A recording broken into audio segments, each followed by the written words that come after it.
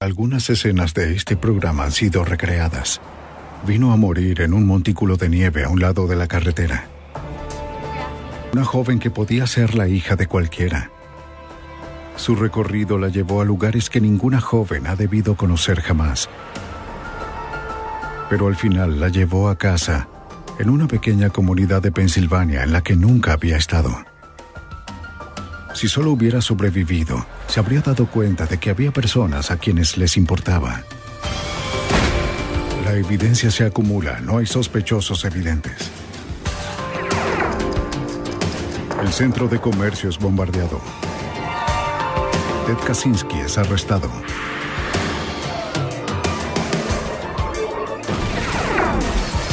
Fugitivo a un prófugo.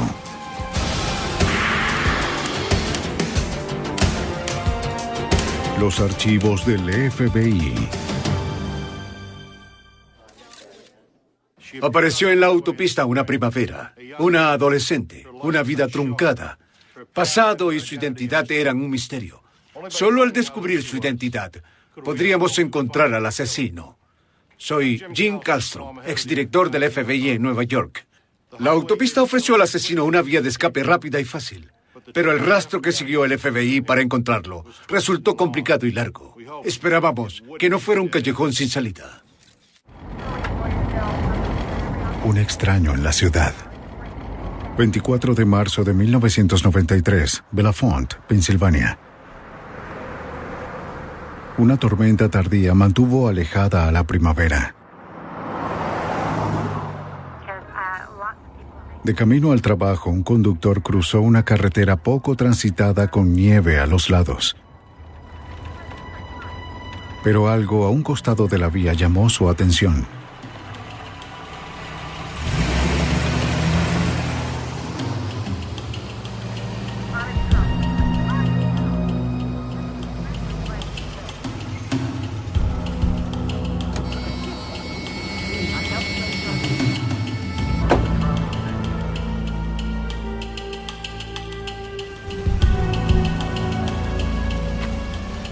Lo que vio era impensable para ese pacífico valle.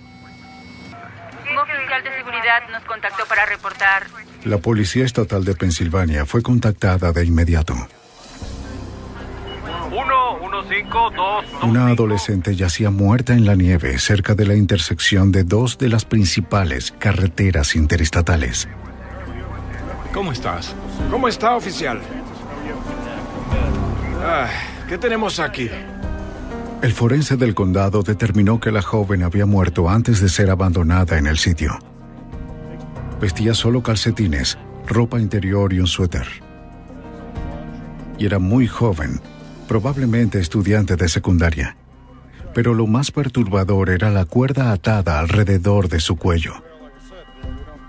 Sus manos también estaban atadas. En el lugar se encontraba el fiscal de distrito Ray Ricard, horrorizado por lo que vio. Lo que más me conmovió fue que no solo asesinaron a la joven, sino que la hubieran tratado con tanto desprecio. La forma en que se encontró el cuerpo, abandonada sobre la nieve, sugería que había sido arrojada a un costado de la carretera, como si no fuera más que un desperdicio. Y es algo que, en realidad, me enfurece al verlo.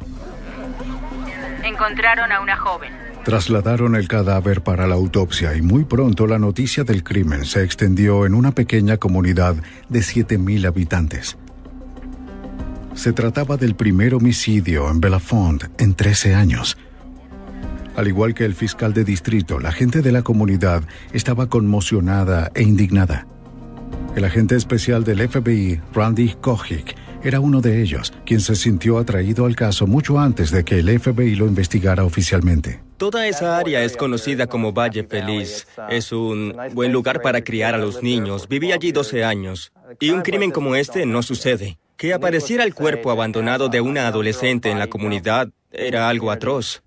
Todos se sentían muy perturbados y peor aún, todos se preguntaban si el asesino vivía en la comunidad. Los detectives buscaron cualquier cosa que pudiera revelar la identidad de la joven, pero no encontraron el monedero ni ninguna otra pista. Recuerdo haberle comentado al detective Madden aquella mañana que sería muy afortunado si pudiera siquiera identificar a la joven o descubrir quién la había asesinado. El detective Madden de la Policía Estatal de Pensilvania fue dejado a cargo de la investigación. Había una leve depresión en la nieve de unos 15 centímetros, donde se suponía que habían dejado el cuerpo, que indicaba que podía haber sido arrojada desde un camión o desde un auto al montículo de nieve. Madden concluyó que se trataba de un camión con una cabina bastante alta, y las huellas cercanas de los neumáticos le dieron la razón.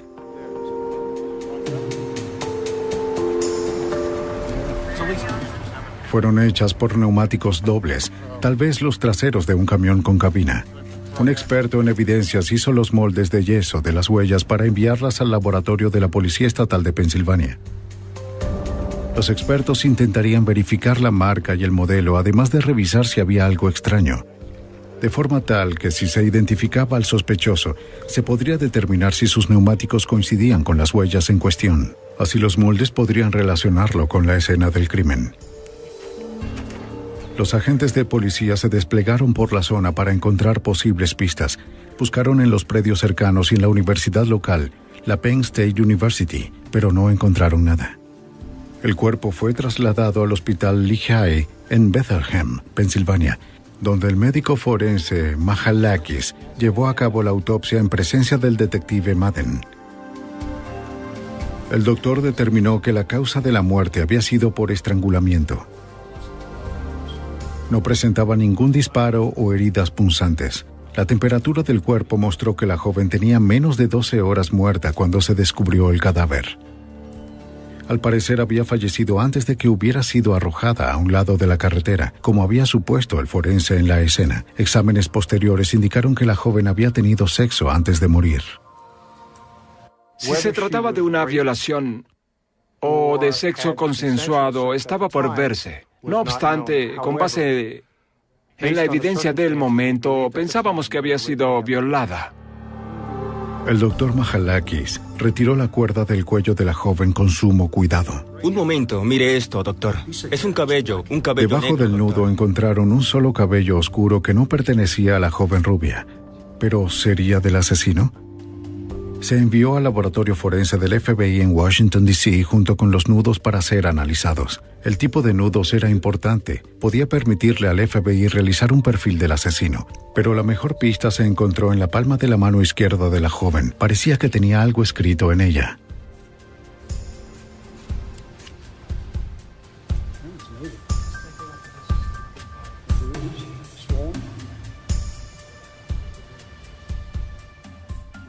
Tenía unos números apenas visibles en la palma de su mano izquierda, probablemente escritos en tinta. Tal vez tenían cierto tiempo allí porque apenas eran legibles. Tanto Bill como yo pensamos que esta podría ser la pista que estábamos buscando y que al fin nos conduciría a su identidad. La escritura era indescifrable, aunque parecían números. Son apenas visibles. El agente Kojic sugirió que los expertos del laboratorio del FBI podían hacerlos legibles. Pensamos que tal vez podríamos mejorar la escritura en el laboratorio del FBI en Washington, D.C., así que removimos la piel de su mano izquierda para enviarla al laboratorio. Las huellas digitales de la joven fueron cotejadas en la Base Nacional de Datos de Personas Desaparecidas, pero no hubo ningún resultado. Las huellas de sus dedos se cotejaron en el AFIS, el Sistema Nacional que coteja huellas digitales. Los resultados fueron negativos. Se examinaron utilizando también descripciones y características del cuerpo y los resultados fueron también negativos. Así que no teníamos registro alguno sobre una persona desaparecida que coincidiera con el cuerpo encontrado. Justo aquí, falta algo. Luego, un odontólogo forense tomó las radiografías que podrían ser cruciales para identificar a la joven.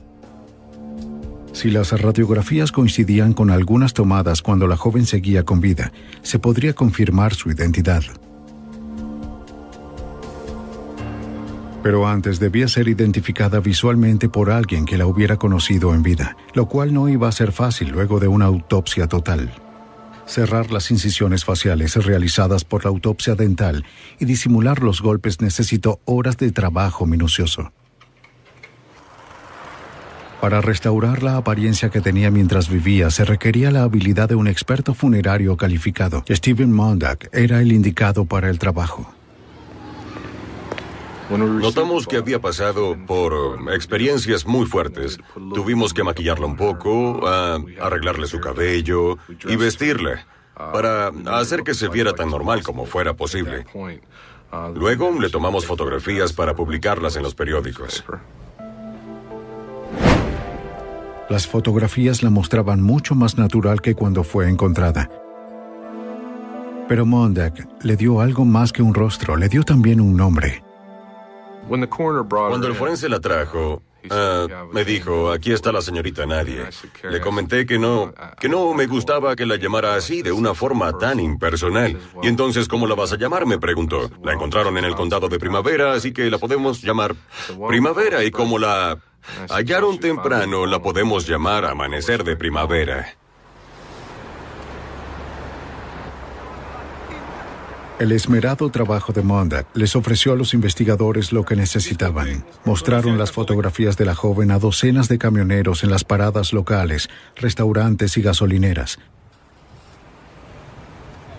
Muchos dieron nombres de jóvenes que se parecían a la adolescente. Su rostro juvenil tocó una tecla sensible en las personas que la vieron. La cobertura de la noticia en los periódicos locales y los volantes también ayudaron. La cantidad de llamadas recibidas en la estación de policía fue abrumadora y tuvimos que analizar cada una para intentar determinar si se trataba de alguien de la comunidad. Pero ninguna de las pistas condujo a nada. Después, a finales de abril, casi un mes después del hallazgo del cadáver, el FBI llamó al detective Madden. Los análisis revelaron que la escritura en la palma de la mano izquierda de la joven era un número de teléfono con el código de área de Florida. Madden averiguó que ese número estaba desconectado y pensó que tal vez el código podía estar equivocado. No tenía lógica, no se ajustaba a este caso en particular. La joven no tenía ningún bronceado. Más bien lucía como si viniera de una zona invernal, similar a la nuestra. Pero seguíamos sin saber de dónde. Madden suponía que la adolescente era del oeste o el norte de Pensilvania, quizás a unas 12 horas de donde se encontró el cuerpo. También descubrió que no solo había un número telefónico, sino dos, en la palma de la mano de la joven. Marcaron todas las ciudades ubicadas en un radio de 12 horas de distancia que tuvieran los códigos telefónicos que ella había anotado. Madden y Kojic enviaron los números junto a una descripción de la joven y su fotografía a cada uno de los alguaciles y policías estatales de las ciudades mencionadas, esperando que la información proporcionara alguna pista. A medida que avanzaban, la gente de Belafont seguía cada avance del caso ofreciendo ayuda y apoyo. Había una genuina demostración de afecto e interés por la joven. Podría decirse que la comunidad de Belafont la adoptó póstumamente y aunque pudimos constatar en poco tiempo que no era una residente local, existía un sentimiento profundo de que era alguien que nos importaba. A medida que la primavera florecía en Belafont, la joven continuaba en el pensamiento de su gente. Su historia conmovió a todos, en especial a Madden y Kojic. Los dos colegas y amigos por mucho tiempo no podían dejar de pensar en la trágica muerte, intentando resolver el caso hasta con horas extras de trabajo. Sí, cuando fui asignado a este caso, mi hija tenía 17 años y el detective Madden tenía 2 hijas adolescentes. Creo que por eso tuvimos un gran interés personal, de hecho. Le dedicamos todas las horas posibles al punto de que con frecuencia hablábamos del asunto por teléfono durante la noche desde nuestros respectivos hogares. Nunca antes la comunidad ofreció un apoyo tan contundente como cuando Stephen Monda comenzó a preparar el cuerpo para el funeral. Recibí llamadas de floristerías que querían donar flores, de los estilistas que querían peinar su cabello, otros donaron ropa y hasta los ministros de la iglesia querían ofrecer sus servicios. Recibí llamadas del cementerio, de la empresa de ataúdes. La tumba donde iba a ser enterrada estaba al pie de una hermosa montaña llena de flores silvestres y hasta una empresa quería donar la lápida. Fue sorprendente cómo la comunidad unió esfuerzos para su entierro. A más de un mes de haberse encontrado el cuerpo, llegó la hora del entierro. No solo la ciudad no podía más con la tragedia, sino que el cuerpo no podía conservarse por más tiempo. Sin embargo, Madden aún lo necesitaba. Lo último que queríamos como estación de policía era perder el cadáver. Es decir, no queríamos que fuera sepultado todavía sin haber podido identificar a la víctima. Yo les di la información que requerían. Justo cuando el cuerpo no podía ser retenido por más tiempo, apareció una pista. La oficina del alguacil en Maine recibió el kit informativo de Madden. Dime qué te parece. Aunque no reconoció el rostro, llamó a uno de los números escritos en la palma de la mano de la joven, sin tener idea de quién podría contestar. Sí, hola, habla Se había comunicado con Mark Rosenberg, un consejero de una escuela local. Una pista prometedora dada la edad de la joven. Mucho gusto. Soy el detective Stamos. Gracias por recibirme. Un detective visitó el hogar de los Rosenberg, de Mark y su esposa. Quisiera mostrarles una fotografía. Cuando el detective les mostró la fotografía, la reconocieron enseguida. ¿Pueden decirme si la reconocen? Y cuando dijeron su nombre, resultó extrañamente conocido. Se llamaba Dawn Marie Birbon. El nombre dado por Steve Mondag resultó misteriosamente preciso. Me sentí impactado. Quedé sorprendido. Era una muy extraña coincidencia. Se sentía bien. Ella era parte de la comunidad. Mark Rosenberg fue una de las últimas personas con las que Dawn habló antes de morir. La última vez que la vi. Los investigadores esperaban que pudiera acercarlos al asesino. Después de una búsqueda que abarcó desde Florida hasta Maine, los investigadores dieron con la identidad de una adolescente encontrada cerca de una interestatal rural de Pensilvania. Durante la conversación con Mark Rosenberg, el consejero de la escuela de Dawn, comentó que lo había llamado días antes de morir desde un teléfono público. Intentó ayudarla, pero ya era demasiado tarde. La escuela a la que asistía era sobre todo para adolescentes en riesgo, como lo era Dawn. Tenía problemas con las figuras de autoridad desde que sus padres se divorciaron. En Indiana, donde vive su madre, había estado en una docena de hogares sustitutos de los cuales había escapado muchas veces. Pero en su último internado encontró una persona en quien confiar, el señor Rosenberg, su consejero. Mientras el señor Rosenberg hablaba con Dawn, el operador le pidió que ingresara más monedas porque estaba a punto de que finalizara la llamada. El señor Rosenberg dijo que lo llamara de nuevo para asegurarse de que estaba a salvo. Ella prometió que lo haría. Él le dio el número de su casa que, por supuesto, escribió en la palma de su mano. Dawn le dijo que lo llamaría, pero al final nunca lo hizo. La escuela envió los registros dentales de Dawn a Pensilvania, donde los odontólogos forenses los compararon con las radiografías tomadas en la morgue. El resultado fue una identificación positiva y un punto de inflexión en el caso. El FBI se incorporó oficialmente en el caso bajo la figura de secuestro. Teníamos a una joven que fue encontrada atada y abandonada en un montículo de nieve en Pensilvania, que había sido vista unos días antes en el estado de Maine. Era un caso interestatal. A lo mejor La investigación se centró en Maine, donde Dawn fue vista con vida por última vez. Los oficiales de la Policía Estatal de Maine entrevistaron a los amigos de Dawn, incluyendo a Heidi Hansen.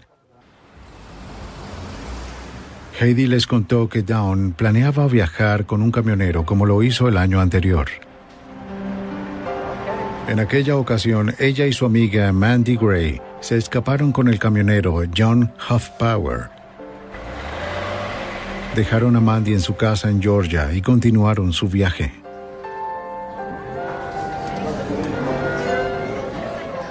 Lo que comenzó como un viaje se convirtió en una relación. Mientras pasaban las semanas, su relación se hizo más íntima. Qué bueno Ella es la mujer de mi vida, Don. ¿Quién quería conocerte? Hoffpauer llevó a Dawn a casa de su abuela. Continuaron haciendo su itinerario. Nadie sabe con exactitud a dónde fueron o qué hicieron, pero Dawn hablaba con agrado de sus días con Hoffpauer. Disfrutaban de la mutua compañía y él la había tratado bien. Parecía uno de los pocos momentos felices en su problemática vida. Luego, casi un mes después de empezar el viaje, el camión fue detenido al azar por la policía en un control de tránsito. Un oficial le pidió a Dawn que descendiera y ella obedeció.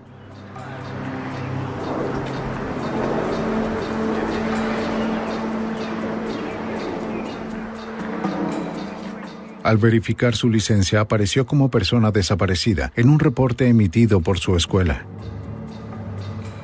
El oficial le comunicó que tendría que acompañarlo. No voy a ninguna parte. Cuando trató de alejarla de Hoffpauer, No me iré, rogó no voy a que ir. no lo hiciera, pero fue en vano. La policía la regresó a la escuela. Disculpe, pero no podemos hacer nada. Desde entonces su comportamiento había sido bueno y estaba por graduarse en pocos meses. Pero las cosas no eran lo que parecían.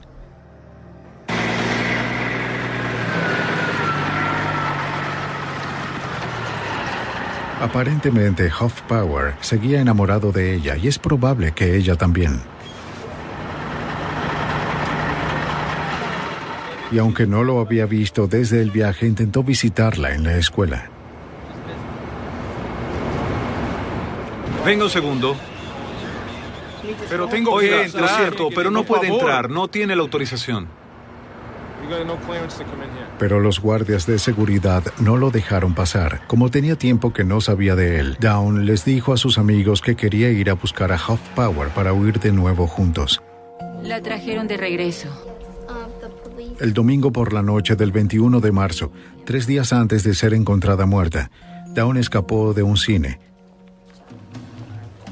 Le dijo a su amiga Heidi que pediría que la llevaran hasta la parada de camioneros Dysart en Bangor, Maine, donde esperaba encontrarse con Hoffpauer. Inmediato, 2 detectives y consigan toda la Hoffpauer se convirtió en el principal sospechoso, ya que lo último que se sabía de ella era que iba a reunirse con él. El agente Kojic comenzó a rastrearlo. Al parecer vivía en Mississippi.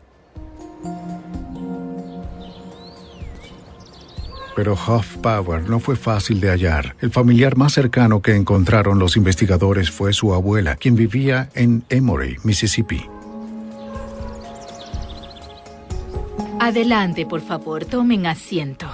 Su abuela los invitó a pasar y les dijo que había criado a Hoffpauer como si fuera su propio hijo y que era su fiel devoto, y sin importar dónde estuviera, la llamaba casi todos los días. Incluso había traído a Dawn para que la conociera. Cuando los detectives le hablaron de su muerte violenta, quedó devastada. Entonces compartió con ellos su propia trágica noticia. En septiembre pasado, 6 meses antes del asesinato de Dawn, el nieto dejó de llamarla. También dejó de trabajar y cuidar a las mascotas. Desapareció dejando solo la billetera en casa. Su abuela creía que había muerto, aunque el cuerpo nunca fue hallado. Su auto fue encontrado acribillado a balazos, razón suficiente para pensar que se había metido en problemas con personajes peligrosos y había muerto de forma violenta. Los agentes descubrieron que el vehículo fue encontrado cerca de su hogar en Mississippi en septiembre de 1992, 7 meses antes de la muerte de Dawn. Por un extraño giro del destino, la desaparición de Hoffpauer condujo a la muerte de Dawn. Si él hubiera estado en la parada Dysart, Dawn todavía estaría viva. Su romance desafortunado terminó en una doble tragedia. Ahora, con Hoffpauer dado por muerto, la investigación para encontrar al asesino de Dawn casi volvía al punto de partida. La pista más prometedora de los investigadores no llevaba a ningún lado. De nuevo se encontraban sin sospechoso, en un caso escalofriante, la muerte de una hermosa joven de 17 años, cuyo cuerpo había sido abandonado en una carretera rural de Pensilvania. Siguiendo el dato de la amiga de Dawn, el agente Kojic y el detective Madden se trasladan hasta la parada de camioneros Dysart en Bangor, Maine, el sitio al que Dawn se dirigía cuando desapareció. Agente Kojic, del FBI. ¿Cómo está, señora?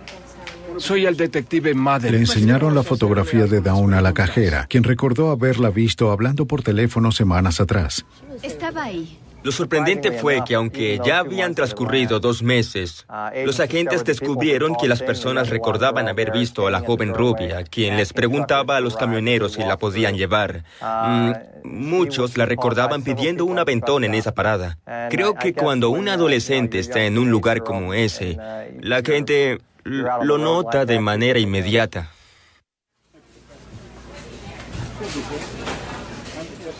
Era obvio que Dawn había hecho sus últimas llamadas desde ahí.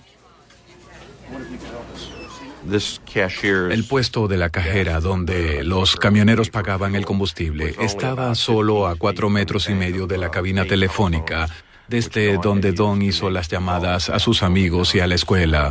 Era fácil imaginar cómo se produjo un posible encuentro entre Don y un camionero. El agente Kojic solicitó una orden al gran jurado federal para obtener los registros telefónicos. Sí, mucho. Revisarlos sería una ardua tarea, pero la mejor opción en un caso donde las pistas no conducían a ninguna parte. O tal vez alguna otra amiga. Eso es lo más seguro. La gente a la que Dawn había llamado podía tal vez saber a dónde había ido y con quién había estado. Tenemos enseguida. Los registros telefónicos confirmaron la llamada a su consejero escolar Mark Rosenberg de Maine. También revelaron que telefonió a varias amistades. Su última llamada fue a las 10 de la mañana a Mandy Gray, la joven que había viajado con ella y Hoffpauer. Un oficial de la policía estatal visitó a Mandy en su casa de Georgia. Ella confirmó que Dawn la llamó desde la parada de camioneros Dysart. Dijo que un camionero amable la llevó hasta allá y que además le dio dinero para comer antes de dejarla. Mandy comentó que su amiga se sentía decepcionada por no haber podido encontrar a Hoffpauer. Parecía no tener nadie más a quien acudir ni a dónde ir. Si regresaba a Indiana, donde vivía su madre, temía que las autoridades la detuvieran. Con base en la conversación sostenida con la amiga de Georgia, el oficial Madden y yo concluimos que un camionero le había dado un aventón desde la parada Dysart y decidimos que lo mejor sería intentar identificar a los camioneros que se habían detenido en el lugar en esos días. Entonces conseguimos una orden del gran jurado federal para obtener los recibos emitidos durante los 4 días cercanos a la última vez que Dawn estuvo allá. Mientras tanto, el oficial Madden obtenía los recibos de las 3 paradas de camioneros más cercanas al sitio donde fue encontrado el cuerpo de Dawn en Pensilvania. Tenía la esperanza de que la persona que llevó a Dawn también hubiera comprado combustible en 2 de los lugares. Era una posibilidad, pero poco probable. La distancia entre Bangor y Belafont es de más de 1.040 kilómetros y un camión grande puede viajar sin problemas 2.400 kilómetros o más con el tanque lleno. Sin duda se trataba de una tarea difícil. No obstante, Kojic y Madden emprendieron la minuciosa tarea de revisar miles de recibos de las gasolineras. Durante las siguientes 4 semanas reuní tanto los recibos de Maine como de Pensilvania y los agrupé en 2 listas diferentes. Luego de comparar la una con la otra, descubrí que solo un nombre coincidía entre miles y miles de nombres. El nombre era el de James Robert Cruz Jr., quien había comprado combustible en la mañana del 22 de marzo en la parada de camioneros Dysart, mientras Dawn hablaba por teléfono a solo 4,5 metros de distancia. 3 días después lo hizo de nuevo en Milesburg, Pensilvania, pocas horas antes de que el cuerpo de Dawn fuera encontrado cerca de ahí. Esto fue un gran avance para nosotros. Teníamos a un camionero que estuvo en Bangor al mismo tiempo que Dawn, más o menos cuando se encontró el cadáver. Los recibos indicaban que James Robert Cruz Jr. trabajaba en una empresa de camiones de Ohio. En respuesta a una llamada del agente Kojic, su jefe verificó las compras realizadas con su tarjeta de crédito. Bien, tengo los registros. Cruz manejó el camión 44 en una ruta consistente con los eventos del crimen. Tengo las horas y tengo las El agente fechas. Kojic y el detective Madden tenían al fin un sospechoso del asesinato de Dawn Marie Beerbaum, de 17 años. Sí, también me parece bien. Los investigadores iban tras el principal sospechoso del asesinato de una adolescente de la escuela secundaria, cuyo cuerpo fue encontrado cerca de una carretera interestatal de Pensilvania. El sujeto era un camionero llamado James Robert Cruz Jr. Su jefe le dijo al FBI que se trataba de un empleado ejemplar de la compañía de camiones de Ohio. Pero los investigadores descubrieron que tenía un pasado oscuro. Verificamos si tenía algún expediente criminal y descubrimos que sus antecedentes penales eran amplios. Lo más resaltante era el hecho de que había pertenecido al ejército de Estados Unidos y que mientras estuvo allí fue acusado de intento de asesinato por estrangulamiento. Pasó un tiempo cumpliendo condena en el fuerte Fort Leavenworth. Sus antecedentes militares proporcionaron otro hecho clave a los investigadores. Encontramos que su tipo de sangre era A positivo, el mismo de las pocas personas del pueblo que podían tenerlo y el mismo del semen encontrado en el cuerpo de Dawn. Parecía que los investigadores estaban cada vez más cerca de atrapar al sospechoso. Solo faltaba una cosa por hacer en nuestro intento de identificar si él era la persona responsable de este homicidio, y consistía en determinar qué tipo de neumáticos tenía su camión. A petición del agente Kojic, un agente del FBI de Ohio inspeccionó los neumáticos del camión 44 mientras Cruz se encontraba en la carretera conduciendo otro camión. Los neumáticos eran Michelin XD1 de perfil bajo, un modelo bastante inusual.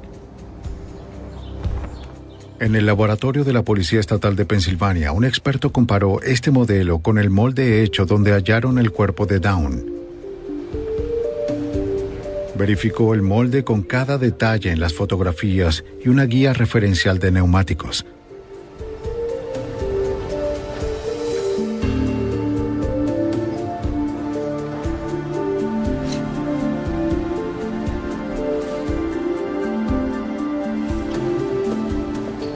Coincidían. Otro adelanto esencial para el caso. Los neumáticos coincidieron, la sangre coincidió, además de los recibos de combustible. De acuerdo a la oficina del fiscal, esto era suficiente para emitir una orden de cateo que permitiera revisar el camión de Jean y tal vez tomar muestras de sangre y cabello para un análisis posterior de ADN.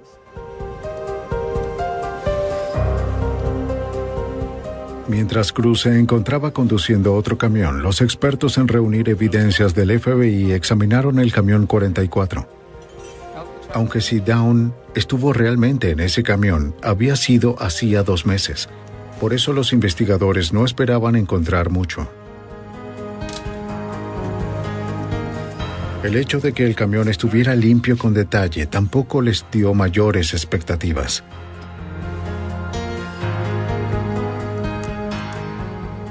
La búsqueda tomó casi el día entero y se hizo de forma exhaustiva. Revisamos tanto el camión como la cabina, además de hacer un registro de alrededor de 300 fotografías. Pero no se encontró nada.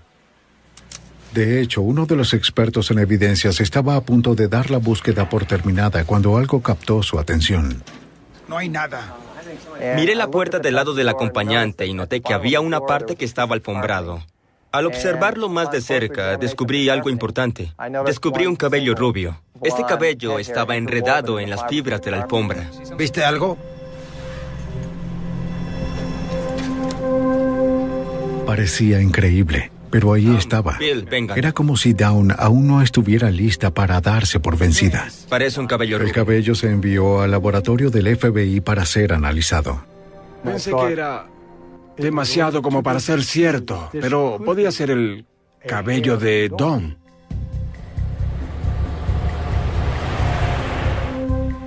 ¿Cuándo regresará? Ahora los investigadores esperaban el regreso de Cruz de su ronda. Señor James Cruz. Le dijeron que buscaban a una joven fugitiva que fue vista por última vez en Bangor, Maine. ¿Le molesta si usamos su oficina? No, en lo absoluto. Gracias, Le Joe. dieron a entender que ya habían interrogado a varios conductores. Tome asiento, por favor. Sabemos que lleva un registro de sus viajes. Pidieron ver su registro de viajes correspondientes a los realizados en los días en cuestión. Los registros son exigidos por el gobierno para evitar que los conductores conduzcan demasiadas horas. Cruz admitió que los había falsificado. ¿Son exactos? Bueno, usted sabe. Los camioneros los cambian para mantenerse dentro de los límites legales, pero parecía que los registros de Cruz habían sido alterados selectivamente. Lo cierto es que notamos que los cambios en el registro fueron hechos de una forma conveniente. Cuando compró combustible ese día en Pensilvania y también en Dysart.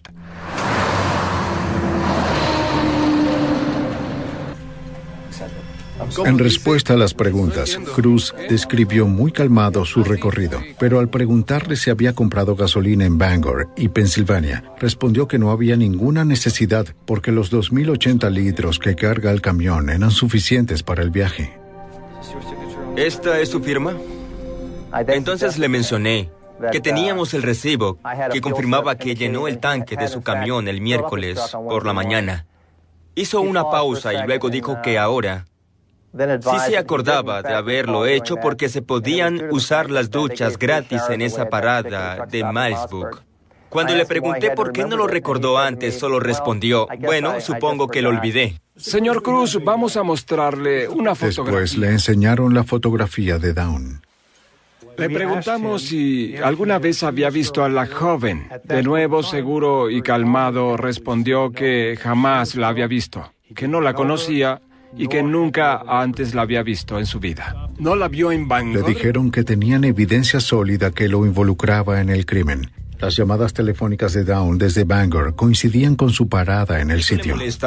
Sus neumáticos coincidían con los de la escena del crimen. Y por último, su tipo de sangre era el mismo que el encontrado en el cuerpo. Todo esto lo atribuyó muy tranquilo a la mera coincidencia. Realmente no entiendo. En ningún momento durante el interrogatorio sus gestos indicaron que estuviera nervioso con las preguntas. Y a medida que avanzaba la noche, creo que hasta el mismo Madden llegó a pensar que ya no era tan sospechoso, a pesar de que contábamos con toda esa evidencia circunstancial, se mostró demasiado tranquilo y cooperador. ¿Tiene algún problema? Cruz lucía amable, incluso cuando los investigadores le mostraron la orden para obtener una muestra de sangre y cabello. Más tarde, los expertos en perfiles del FBI explicaron que una respuesta tan calmada puede ser un signo de culpabilidad. El 6 de septiembre, los resultados de los análisis de sangre y del cabello dieron positivo. Las muestras de Cruz concordaban con el cabello y el ADN que el asesino había dejado en el cuerpo de Dawn. Con la evidencia en la mano, los agentes obtuvieron una orden federal de arresto de James Robert Cruz Jr. El FBI y la Policía Estatal de Pensilvania habían identificado al hombre que violó y asesinó a una adolescente. El 8 de septiembre de 1993, con una orden federal de arresto, el agente Kojic y el detective Madden detuvieron a James Robert Cruz cuando regresaba de un recorrido con su camión. A medida que llevaban a cabo el arresto, su actitud relajada se derrumbaba. Coloque sus manos sobre la cabeza. Una de las diferencias notorias entre el interrogatorio inicial del señor Cruz y su arresto fue el cambio en su comportamiento. ¡No hice nada! ¡No hice nada! Ya no era aquella persona calmada y segura de sí misma que conocimos en la primera entrevista. En contraste, el señor Cruz se comportó desagradable y molesto con el agente Kojic y conmigo. El arresto de Cruz fue la recompensa a la determinación de unos investigadores comprometidos con la captura del asesino, de una joven que podía ser la hija de cualquiera de ellos. A solo 6 meses antes, contaban con un cuerpo que yacía en la nieve de una carretera interestatal sin ninguna identificación. Fue acusado de asesinato en primero, segundo y tercer grado, violación, secuestro y el cargo federal de huida ilegal para evitar su captura. En realidad quisiera aprovechar estos minutos. Para Dawn, la pesadilla comenzó como una aventura. El domingo 21 de marzo dejó a su amiga Heidi en un cine cerca de su escuela en Poland Spring, Maine. Luego de despedirse, se dirigió a Bangor, donde esperaba encontrarse con John Hoffpower. Un camionero amable la llevó hasta la parada. Ella y John habían estado separados por meses y deseaba volver a verlo, pero él no estaba ahí. No sabía que estaba desaparecido y tal vez muerto. En su lugar, su vida se cruzaría con la de un hombre mucho más siniestro, James Robert Cruz Jr.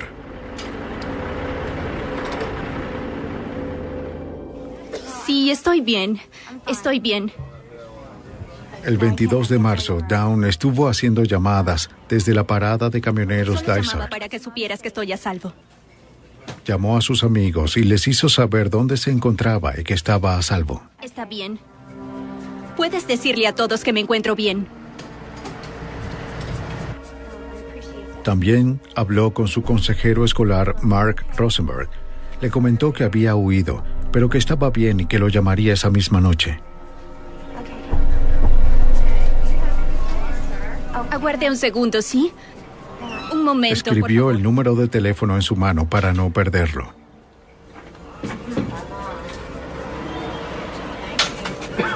Mientras James Robert Cruz pagaba la gasolina, vio a Dawn en el teléfono a 4,5 metros de la caja registradora. Está bien. Estaré en contacto, ¿sí? Hasta luego. Cruz firmó el recibo de la tarjeta de crédito cargando la gasolina a nombre de su empleador en Ohio.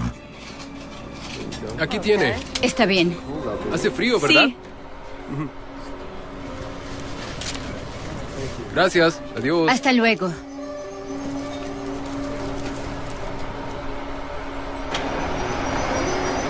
Oiga, señor. ¿A dónde va? Voy hacia el sur. ¿Podría llevarme a Georgia? Sí. ¿Puede llevarme? Claro, sube. Sí. A Dawn no le tomó mucho tiempo convencerlo de que la llevara. Ella y Cruz se dirigieron al sur.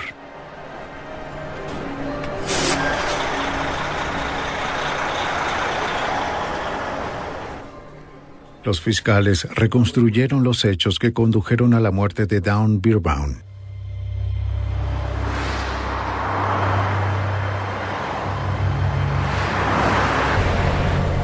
La joven no tenía idea del peligro que la esperaba, y las horas que pasó con James Robert Cruz Jr. serían sus últimas.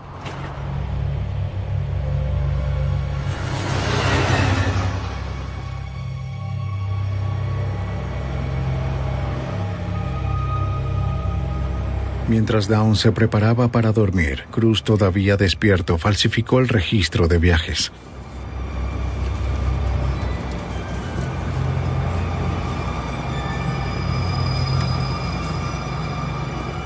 Pronto descubriría que estaba cautiva, indefensa y sin salida, en manos de un cruel depredador.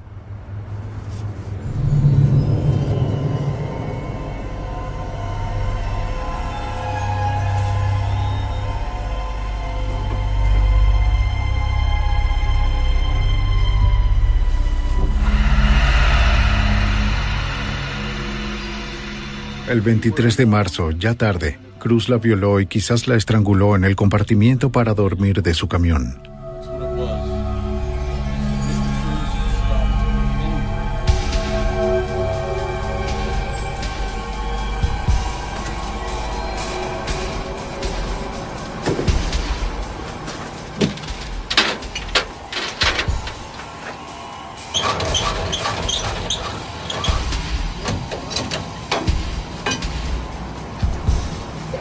Esa misma noche, luego de comprar combustible en Pensilvania, desenganchó el remolque en otra parada.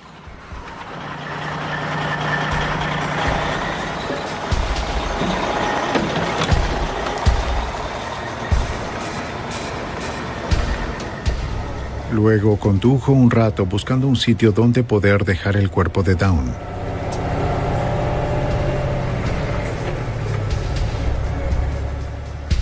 Cruz recorrió carreteras rurales de Pensilvania, ansioso por deshacerse de la joven sin vida.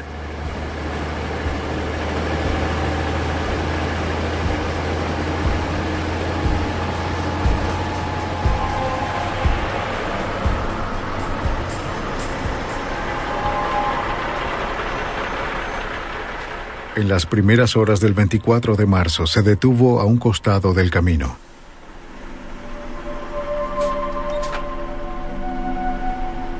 Y arrojó el cuerpo de la adolescente fuera del camión, cerca de la entrada a la autopista.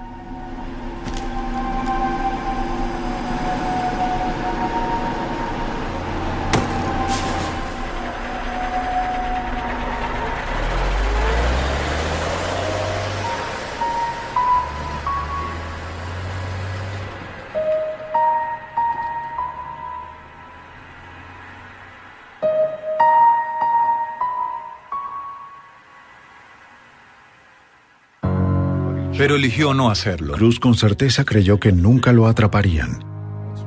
Y si no hubiera sido por unos investigadores dedicados, las avanzadas pruebas forenses y un poco de buena suerte, es posible que hubiera podido salirse con la suya. El fiscal de distrito Ray Ricard se desempeñó como fiscal durante el juicio. Un punto que quise enfatizar ante el jurado fue cuánto tiempo le tomó a Dawn morir en manos de James Cruz. El testimonio del patólogo señaló que desde el momento en que anudó la cuerda alrededor de su cuello transcurrieron 4 minutos hasta su muerte. El enfoque de Ricard resultó efectivo. El 14 de junio, luego de 14 horas de deliberación, el jurado encontró culpable de asesinato en primer grado a James Robert Cruz Jr. El juez lo sentenció de inmediato a cadena perpetua sin posibilidad de libertad condicional. Está cumpliendo su condena en la prisión de máxima seguridad del condado de Greene, en el oeste de Pensilvania. Creo que el legado de esta investigación es el hecho de que, al comienzo, lo único que teníamos era una joven abandonada en un montículo de nieve, que murió como nadie debe morir, sin identificación durante casi todo el caso.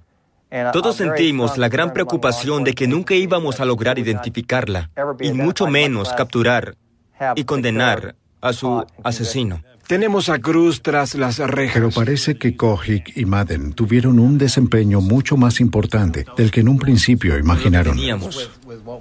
A la hora del arresto, los medios se interesaron mucho por Jim Cruz, porque en Ohio, donde vivía, habían sucedido una serie de asesinatos de adolescentes unos 2 años antes. Todas fueron atadas y abandonadas a un lado de la carretera. Nuestra base de datos indicó que durante los últimos 10 años, alrededor de 600 jóvenes habían sido abandonadas en la vía luego de una muerte sospechosa. No pudimos concluir que el señor Cruz estuvo involucrado en ninguno de estos homicidios. Lo que sí sabemos es que luego del arresto del señor Cruz, los asesinatos de los que estamos hablando en el estado de Ohio cesaron. Finalmente, Dawn Beerbaum descansó en paz. La gente amable de Bellefonte siempre la recordará, así como al asesino que le quitó la vida y que cambió la de ellos para siempre.